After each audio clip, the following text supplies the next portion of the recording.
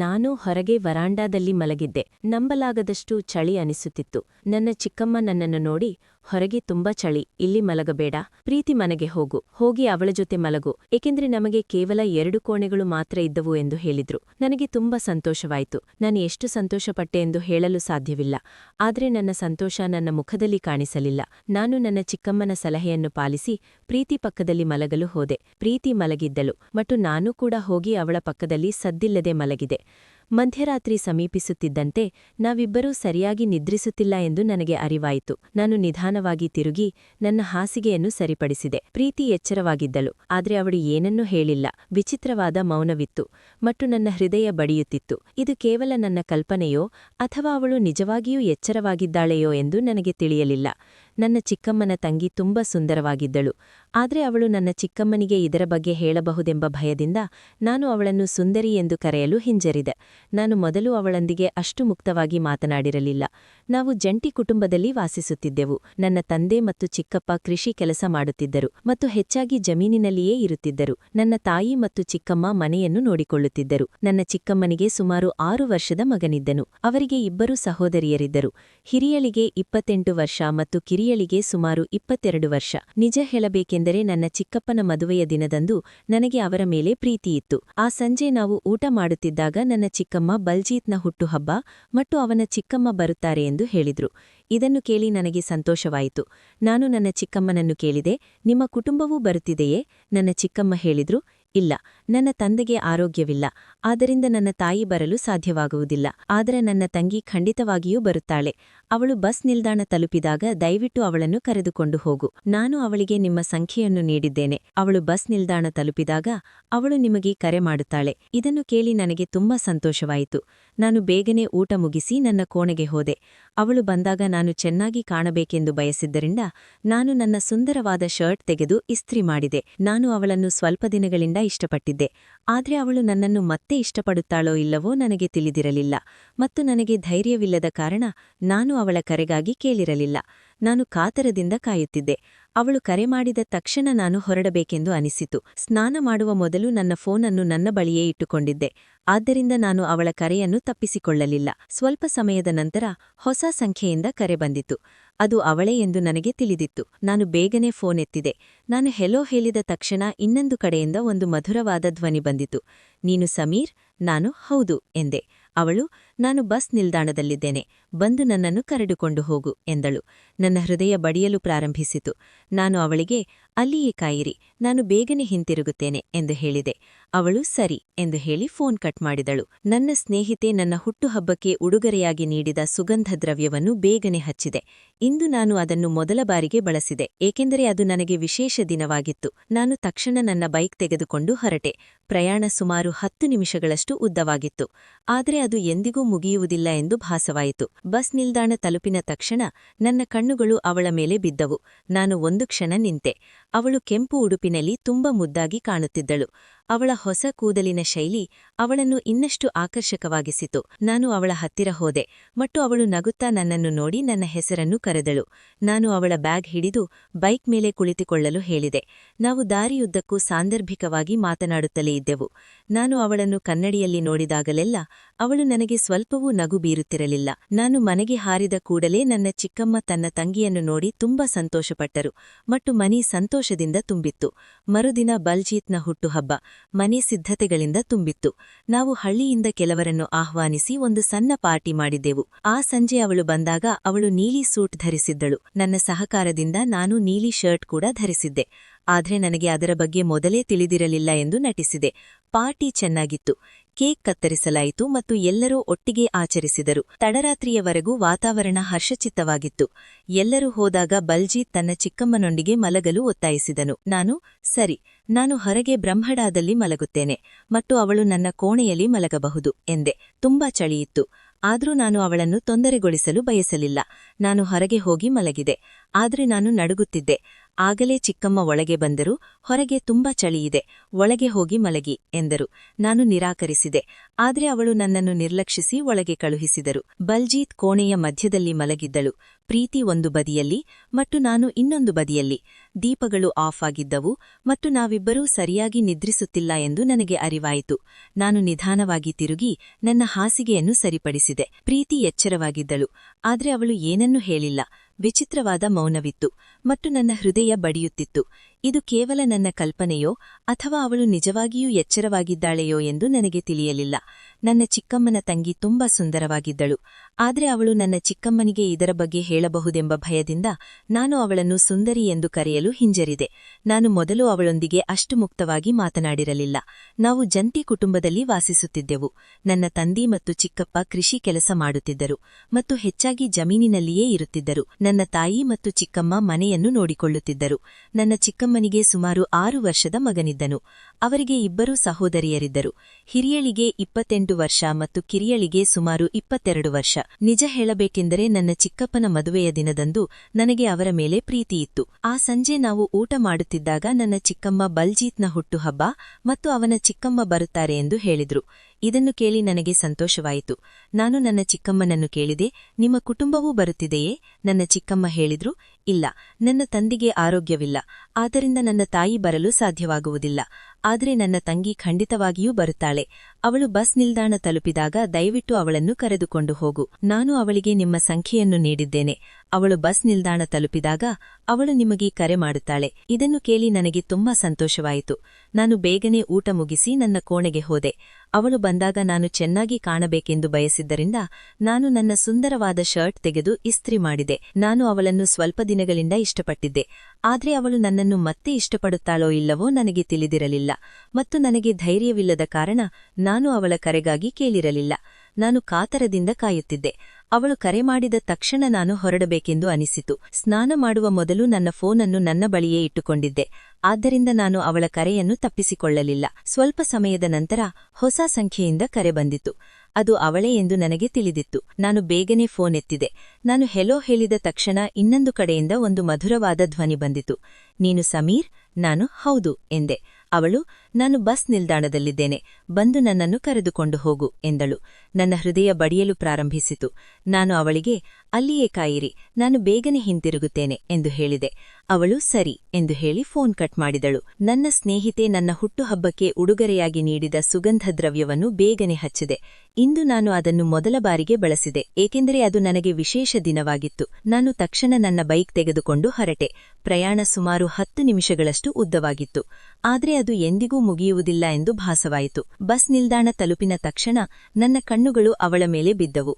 ನಾನು ಒಂದು ಕ್ಷಣ ನಿಂತೆ. ಅವಳು ಕೆಂಪು ಉಡುಪಿನಲ್ಲಿ ತುಂಬಾ ಮುದ್ದಾಗಿ ಕಾಣುತ್ತಿದ್ದಳು.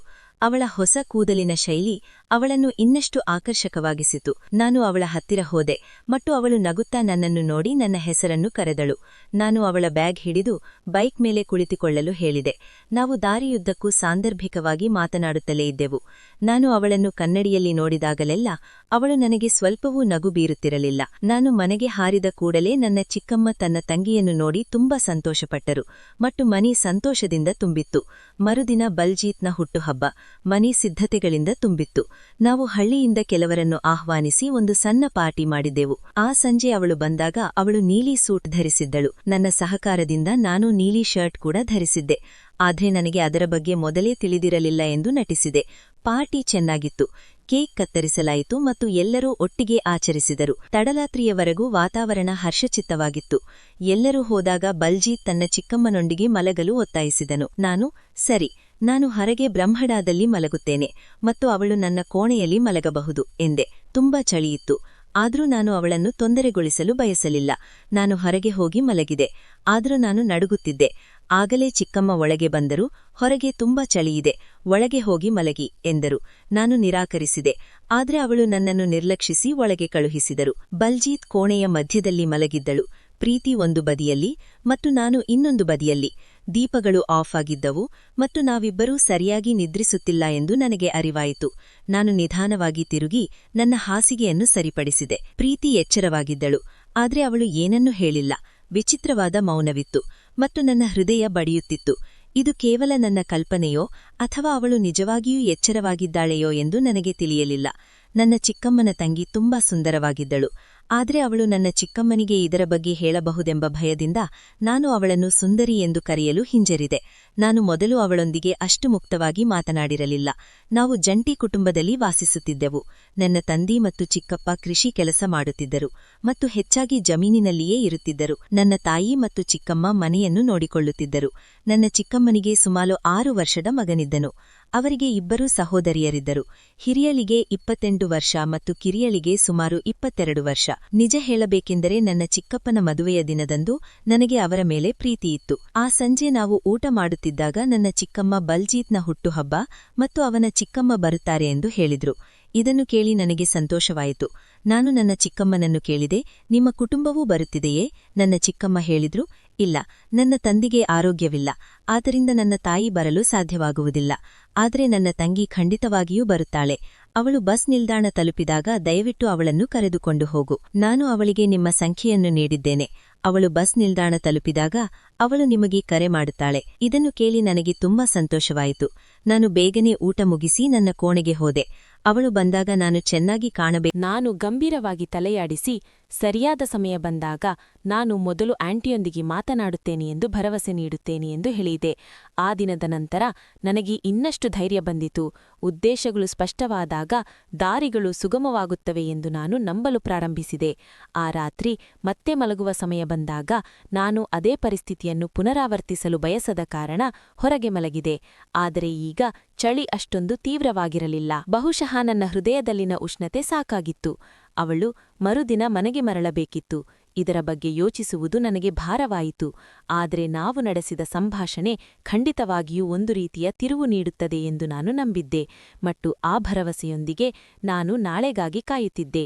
ಮರುದಿನ ಬೆಳಿಗ್ಗೆ ಮನೆಯಲ್ಲಿ ವಾತಾವರಣ ಸಾಮಾನ್ಯವಾಗಿತ್ತು. ಆದರೆ ಪ್ರೀತಿ ಆ ದಿನ ಮನೆಗೆ ಮರಳಲಿದ್ದರಿಂದ ನನ್ನೊಳಗೆ ಬೇರೆಯದೇ ಆದ ಗೊಂದಲವಿತ್ತು. ಹಿಂದಿನ ರಾತ್ರಿಯ ಸಂಭಾಷಣೆ ನಮ್ಮ ಸಂಬಂಧಕ್ಕೆ ಹೊಸ ದಿಕ್ಕನ್ನು ನೀಡಿತ್ತು. ಈಗ ನಮ್ಮ ನಡುವೆ ಸತ್ಯ ಮತ್ತು ವಿಶ್ವಾಸದ ಭಾವನೆ ಮೂಡಿತ್ತು. ಉಪಹಾರದ ಸಮಯದಲ್ಲಿ ಅವಳು ಬಿಸಿಯಾಳಂತೆ ಅಡುಗೆ ಮನೆಯಲ್ಲಿ ಚಿಕ್ಕಮ್ಮನಿಗೆ ಸಹಾಯ ಮಾಡುತ್ತಿದ್ದಳು. ನಾನು ಅಪ್ಪನೊಂದಿಗೆ ಅಂಗಳದಲ್ಲಿ ಕುಳಿತು ಚಹಾ ಕುಡಿಯುತ್ತಿದ್ದೆ. ಆದರೆ ನನ್ನ ಕಣ್ಣುಗಳು ಅವಳ ಕಡೆಗೆ ಅಲೆದಾಡುತ್ತಲೇ ಇದ್ದವು. ಅವಳು ಸಾಂದರ್ಭಿಕವಾಗಿ ತಲೆ ಎತ್ತಿ ನನ್ನನ್ನು ಸ್ವಲ್ಪ ನಗುವಂತೆ ಮಾಡುತ್ತಿದ್ದಳು. ಅದು ನನಗೆ ನಿರಾಳತೆಯನ್ನುಂಟು ಮಾಡಿತು. ಬಲ್ಜೀತ್ ತನ್ನ ಚಿಕ್ಕಮ್ಮನ ಬಳಿ ಸುಳಿದಾಡುತ್ತಾ, ನೀವು ಮತ್ತೆ ಯಾವಾಗ ಬರುತ್ತೀರಿ ಎಂದು ಕೇಳುತ್ತಿದ್ದಳು. ಅವಳು ಶೀಘ್ರದಲ್ಲೇ ಹಿಂತಿರುಗುತ್ತಾಳೆ ಎಂದು ಅವಳು ಪ್ರೀತಿಯಿಂದ ಅವನಿಗೆ ಭರವಸೆ ನೀಡಿದಳು. ಮಧ್ಯಾಹ್ನದ ಹೊತ್ತಿಗೆ ಅವನ ಸಾಮಾನು ಸಿದ್ಧವಾಗಿತ್ತು. ಅವನು ಅಲ್ಲಿಗೆ ಬಂದಾಗ ಅವಳನ್ನು ಕರೆಯುವಂತೆ ಆಂಟಿ ಅವನನ್ನು ಒತ್ತಾಯಿಸುತ್ತಲೇ ಇದ್ದಳು. ನಾನು ಸದ್ದಿಲ್ಲದೆ ಅಲ್ಲಿಯೇ ನಿಂತು ನೋಡುತ್ತಿದ್ದೆ. ಅವಳು ಇನ್ನೂ ಕೆಲವು ದಿನ ಇದ್ದಿದ್ದರೆ ಎಂದು ನಾನು ಬಯಸುತ್ತೇನೆ. ಕೊನೆಗೆ ನಾನು ಧೈರ್ಯ ತಂದುಕೊಂಡು ನನ್ನ ಚಿಕ್ಕಮ್ಮನಿಗೆ ಅವಳು ಬಯಸಿದರೆ ಪ್ರೀತಿ ಇನ್ನೂ 2 ಅಥವಾ 3 ದಿನ ಇರಬಹುದೆಂದು ಹೇಳಿದೆ. ಮನೆಯಲ್ಲಿ ಅದು ಹೆಚ್ಚು ಉತ್ಸಾಹಭರಿತ ಸಮಯವಾಗಿರುತ್ತದೆ. ನನ್ನ ಚಿಕ್ಕಮ್ಮ ಒಂದು ಕ್ಷಣ ನನ್ನತ್ತ ನೋಡಿ ನಂತರ ಮುಗುಳ್ನಗುತ್ತಾ, ಅವರಿಗೆ ಯಾವುದೇ ತುರ್ತು ಕೆಲಸವಿಲ್ಲದಿದ್ದರೆ ಅವರು ಇಲ್ಲಿಯೇ ಉಳಿಯಬಹುದು ಎಂದರು. ಪ್ರೀತಿ ಒಂದು ಕ್ಷಣ ಯೋಚಿಸಿ, ಸರಿ, ನಾನು ಇನ್ನೂ ಕೆಲವು ದಿನ ಇರುತ್ತೇನೆ ಎಂದಳು. ಇದನ್ನು ಕೇಳಿದ ತಕ್ಷಣ ನನ್ನ ಹೃದಯದಲ್ಲಿದ್ದ ದುಃಖ ತಕ್ಷಣವೇ ಮಾಯವಾಯಿತು. ಮುಂದಿನ ಕೆಲವು ದಿನಗಳು ನಮಗೆ ತುಂಬಾ ವಿಶೇಷವಾದವು. ಈಗ ನಾವು ಮುಕ್ತವಾಗಿ ಮಾತನಾಡಬಹುದಿತ್ತು. ಆದರೆ ಯಾವಾಗಲೂ ಸಭ್ಯತೆಯನ್ನು ಕಾಯ್ದುಕೊಂಡೆವು. ಕೆಲವೊಮ್ಮೆ ಬೆಳಿಗ್ಗೆ ನಾವೆಲ್ಲರೂ ಹೊಲಗಳಲ್ಲಿ ನಡೆಯಲು ಹೋಗುತ್ತಿದ್ದೆವು ಮತ್ತು ಕೆಲವೊಮ್ಮೆ ನಾವು ಹಳ್ಳಿಯ ಕೊಳದ ಬಳಿ ಕುಳಿತು ಮಾತನಾಡುತ್ತಿದ್ದೆವು. ಅವಳು ತನ್ನ ಕನಸುಗಳ ಬಗ್ಗೆ ಹೇಳುತ್ತಿದ್ದಳು. ಅವಳು ತನ್ನ ಅಧ್ಯಯನವನ್ನು ಮುಂದುವರಿಸಲು ಮತ್ತು ತನ್ನ ಸ್ವಂತ ಕಾಲಿನ ಮೇಲೆ ನಿಲ್ಲಲು ಬಯಸುತ್ತಾಳೆ ಎಂದು ನಾನು ಗಮನವಿಟ್ಟು ಆಲಿಸಿದೆ ಮತ್ತು ನಾವು ಒಟ್ಟಿಗೆ ಮುಂದುವರೆದರೆ ನಾನು ನಿನ್ನ ಪ್ರತಿ ಹೆಜ್ಜೆಯನ್ನು ಬೆಂಬಲಿಸುತ್ತೇನೆ ಎಂದು ಹೇಳಿದೆ. ಅವಳು ನನ್ನ ಕೆಲಸದ ತಯಾರಿಯ ಬಗ್ಗೆ ಕೇಳುತ್ತಿದ್ದಳು ಮತ್ತು ಕಷ್ಟಪಟ್ಟು ಕೆಲಸ ಮಾಡುವುದನ್ನು ಮುಂದುವರಿಸಲು ನನ್ನನ್ನು ಪ್ರೋತ್ಸಾಹಿಸುತ್ತಿದ್ದಳು. ಒಂದು ಸಂಜೆ ನಾವು ಅಂಗಳದಲ್ಲಿ ಕುಳಿತಿದ್ದೆವು. ಹಗುರವಾದ ಗಾಳಿ ಬೀಸುತ್ತಿತ್ತು ಮತ್ತು ಸೂರ್ಯ ಆಕಾಶದಲ್ಲಿ ಮುಳುಗುತ್ತಿದ್ದನು. ನಾನು ಅವಳನ್ನು ಕೇಳಿದೆ, ನೀವು ನಿಜವಾಗಿಯೂ ನನ್ನನ್ನು ನಂಬುತ್ತೀರಾ? ಅವಳು ಹಿಂಜರಿಕೆಯಿಲ್ಲದೆ ಹೇಳಿದಳು, ಹೌದು, ನಾನು ನಿನ್ನನ್ನು ನಂಬದಿದ್ದರೆ ನಾನು ಇಲ್ಲಿ ಉಳಿಯುವುದಿಲ್ಲ. ಅವಳ ಮಾತುಗಳು ನನಗೆ ಒಂದು ಭರವಸೆಯಂತೆ ಇದ್ದವು. ಒಳ್ಳೆಯ ಕೆಲಸ ಸಿಕ್ಕ ತಕ್ಷಣ ಮನೆಯಲ್ಲಿ ಮೊದಲು ಮಾತನಾಡುವ ವ್ಯಕ್ತಿ ನಾನೇ ಆಗಬೇಕೆಂದು ನನ್ನ ಮನಸ್ಸಿನಲ್ಲಿ ನಿರ್ಧರಿಸಿದೆ. ದಿನಗಳು ಹೀಗೆ ಸಂತೋಷದಿಂದ ಕಳೆದವು. ಕೆಲವೊಮ್ಮೆ ಬೆಳಿಗ್ಗೆ ನಾವೆಲ್ಲರೂ ಹೊಲಗಳಲ್ಲಿ ನಡೆಯಲು ಹೋಗುತ್ತಿದ್ದೆವು ಮತ್ತು ಕೆಲವೊಮ್ಮೆ ನಾವು ಹಳ್ಳಿಯ ಕೊಳದ ಬಳಿ ಕುಳಿತು ಮಾತನಾಡುತ್ತಿದ್ದೆವು. ಒಂದು ರಾತ್ರಿ ಚಿಕ್ಕಮ್ಮ ತಮಾಷೆಯಾಗಿ, ಸಮೀರ್ ದೊಡ್ಡವನಾಗಿದ್ದಾನೆ ಎಂದು ತೋರುತ್ತದೆ ಎಂದು ಹೇಳಿದರು. ನಾನು ಮುಗುಳ್ನಗ್ಗಿ ಅದನ್ನು ನಿರ್ಲಕ್ಷಿಸಿದೆ. ಆದರೆ ನನಗೆ ಆತ್ಮವಿಶ್ವಾಸ ಬಂದಿತ್ತು. ಕೆಲವು ದಿನಗಳ ನಂತರ ಪ್ರೀತಿ ಹೊರಡಬೇಕಾದ ದಿನ ಕೊನೆಗೂ ಬಂದಿತು. ಈ ಬಾರಿ ಅವಳ ನಿರ್ಗಮನ ಮೊದಲಿಗಿಂತ ಹೆಚ್ಚು ನೋವಿನಿಂದ ಕೂಡಿತ್ತು. ಏಕೆಂದರೆ ಈಗ ಅವಳು ಇನ್ನೊಮ್ಮೆ ಚಿಕ್ಕಮ್ಮನ ಸಹೋದರಿಯಲ್ಲ, ಆದರೆ ನನ್ನ ಹೃದಯಕ್ಕೆ ಹತ್ತಿರವಾಗಿದ್ದಳು. ನಾನು ಅವಳನ್ನು ಬಸ್ ನಿಲ್ದಾಣದಲ್ಲಿ ಬಿಟ್ಟು ಬಂದೆ. ನಾವು ದಾರಿಯುದ್ದಕ್ಕೂ ಮೌನವಾಗಿದ್ದೆವು. ಆದರೆ ಆ ಮೌನವೂ ಸಹ ಒಂದು ರೀತಿಯ ಸಂಬಂಧವನ್ನು ಹೊಂದಿತ್ತು. ಬಸ್ ಬರುವ ಮೊದಲು ಅವಳು, ಸಮೀರ್, ನಿನ್ನ ಕಷ್ಟಪಡುವ ಪರಿಶ್ರಮವನ್ನು ಬಿಡಬೇಡ ಮತ್ತು ಸರಿಯಾದ ಸಮಯ ಬಂದಾಗ ನನ್ನೊಂದಿಗೆ ಮಾತನಾಡು ಎಂದು ಹೇಳಿದಳು. ನಾನು ಗಂಭೀರವಾಗಿ ಉತ್ತರಿಸಿದೆ, ನಾನು ಬೇಗ ನಿನ್ನನ್ನು ಕರೆದುಕೊಂಡು ಹೋಗಲು ಬರುತ್ತೇನೆ ಎಂದು ಭರವಸೆ ನೀಡುತ್ತೇನೆ. ಆದರೆ ಈ ಬಾರಿ ಬಸ್ ಶಾಶ್ವತವಾಗಿ ಬಂದಿತು. ಅವಳು ಹೊರಟು ಹೋಗುವಾಗ ಅವಳು ಹಿಂತಿರುಗಿ ಮುಗುಳ್ನಗಿದಳು. ಆ ನಗು ನನಗೆ ಒಂದು ಭರವಸೆಯಂತೆ ಇತ್ತು. ನಾನು ಮನೆಗೆ ಮರಳಿದೆ. ನನ್ನ ಹೃದಯದಲ್ಲಿ ಸ್ವಲ್ಪ ಖಾಲಿತನ. ಆದರೆ ನಮ್ಮ ಸಂಬಂಧವು ಕೇವಲ ಕನಸಾಗಿ ಉಳಿಯುವುದಿಲ್ಲ, ಬದಲಾಗಿ ಸರಿಯಾದ ಸಮಯದಲ್ಲಿ ಖಂಡಿತವಾಗಿಯೂ ಹೊಸ ಆರಂಭಗಡ ಎಂಬ ಆಳವಾದ ನಂಬಿಕೆ ನನಗಿತ್ತು. ಆ ದಿನದಿಂದ ನಾನು ನನ್ನ ಗುರಿಯತ್ತ ಹೆಚ್ಚು ಶ್ರಮಿಸಲು ಪ್ರಾರಂಭಿಸಿದೆ. ಪ್ರೀತಿ ಹೋದ ನಂತರ ಮನೆ ಹಾಗೆಯೇ ಇತ್ತು, ಆದರೆ ನಾನು ಎಲ್ಲದರಲ್ಲೂ ಅವಳನ್ನು ಮಿಸ್ ಮಾಡುತ್ತಿದ್ದೆ. ಅವಳು ಕುಳಿತು ಚಹಾ ಕುಡಿಯುತ್ತಿದ್ದ ಅಂಗಳದಲ್ಲಿನ ಕುರ್ಚಿ ಈಗ ಖಾಲಿಯಾಗಿ ಕಾಣುತ್ತಿತ್ತು. ಅಡುಗೆ ಮನೆಯಿಂದ ಬರುವ ಶಬ್ದಗಳು ಸಹ ಒಂದೇ ಆಗಿರಲಿಲ್ಲ. ನಾನು ದಿನವಿಡೀ ನನ್ನ ಕೆಲಸದಲ್ಲಿ ನಿರತನಾಗಿದ್ದನು. ಆದರೆ ರಾತ್ರಿಯಲ್ಲಿ ನಾನು ಒಬ್ಬನಾದಾಗ ನಾನು ಅವಳ ಮಾತುಗಳನ್ನು ನೆನಪಿಸಿಕೊಳ್ಳುತ್ತಿದ್ದೆ. ಅವಳ ಮಾತುಗಳು ನನ್ನ ಕಿವಿಯಲ್ಲಿ ಪ್ರತಿಧ್ವನಿಸುತ್ತಲೇ ಇದ್ದವು. ಕಷ್ಟಪಟ್ಟು ಕೆಲಸ ಮಾಡುವುದನ್ನು ಬಿಡಬೇಡಿ ಮತ್ತು ಸರಿಯಾದ ಸಮಯ ಬಂದಾಗ ಮಾತನಾಡಲು ಮರೆಯಬೇಡಿ. ಅದೇ ನನ್ನನ್ನು ಬಲಪಡಿಸಿತು. ನಾನು ಶ್ರದ್ಧೆಯಿಂದ ಕೆಲಸಕ್ಕೆ ತಯಾರಿ ನಡೆಸಲು ಪ್ರಾರಂಭಿಸಿದೆ. ನಾನು ಬೇಗ ಎಚ್ಚರಗೊಂಡು ನನ್ನ ತಂದೆಗೆ ಕೃಷಿ ಕೆಲಸದಲ್ಲಿ ಸಹಾಯ ಮಾಡುತ್ತಿದ್ದೆ ಮತ್ತು ನಂತರ ಮತ್ತೆ ಅಧ್ಯಯನಕ್ಕೆ ಮರಳುತ್ತಿದ್ದೆ. ಚಿಕ್ಕಮ್ಮ ಕೆಲವೊಮ್ಮೆ ನಗುತ್ತಾ ಎಲ್ಲವನ್ನೂ ಅರ್ಥ ಮಾಡಿಕೊಂಡಂತೆ ನನ್ನನ್ನು ನೋಡುತ್ತಿದ್ದರು. ಆದರೆ ಅವಳು ನೇರವಾಗಿ ಏನನ್ನೂ ಹೇಳಲಿಲ್ಲ. ಕೆಲವು ತಿಂಗಳ ಕಠಿಣ ಪರಿಶ್ರಮದ ನಂತರ ಕೊನೆಗೂ ನನಗೆ ನಗರದ ಒಳ್ಳೆಯ ಕಂಪನಿಯಲ್ಲಿ ಕೆಲಸ ಸಿಕ್ಕ ದಿನ ಬಂದಿತು. ಆ ದಿನ ನನ್ನ ಸಂತೋಷಕ್ಕೆ ಮಿತಿಯೇ ಇರಲಿಲ್ಲ. ಈ ಒಳ್ಳೆಯ ಸುದ್ದಿಯನ್ನು ನನ್ನ ಕುಟುಂಬದೊಂದಿಗೆ ಹಂಚಿಕೊಂಡ ಮೊದಲ ವ್ಯಕ್ತಿ ನಾನೇ ಆಗಿದ್ದೆ. ಅಪ್ಪ ಪ್ರೌಢವಾಗಿ ನನ್ನ ಭುಜದ ಮೇಲೆ ಕೈಯಿಟ್ಟರು ಮತ್ತು ಚಿಕ್ಕಪ್ಪ ಕೂಡ ತಮ್ಮ ಸಂತೋಷವನ್ನು ವ್ಯಕ್ತಪಡಿಸಿದರು. ಆದರೆ ನನ್ನ ಮನಸ್ಸಿನಲ್ಲಿ ಬೇರೆ ಏನೋ ಹೇಳಬೇಕಿತ್ತು. ಆ ಸಂಜೆ ನಾನು ಧೈರ್ಯ ತಂದುಕೊಂಡು ಚಿಕ್ಕಮ್ಮನ ಜೊತೆ ಒಬ್ಬನಿಗಾಗಿ ಮಾತನಾಡಿದೆ. ಆಂಟಿ, ನಾನು ನಿಮ್ಮ ಜೊತೆ ಒಂದು ಮುಖ್ಯವಾದ ವಿಷಯದ ಬಗ್ಗೆ ಮಾತನಾಡಬೇಕು ಎಂದೆ. ಅವಳು ಮುಗುಳ್ನಗುತ್ತಾ, ನನಗೆ ಈಗಾಗಲೇ ತಿಳಿದಿದೆ ಎಂದರು.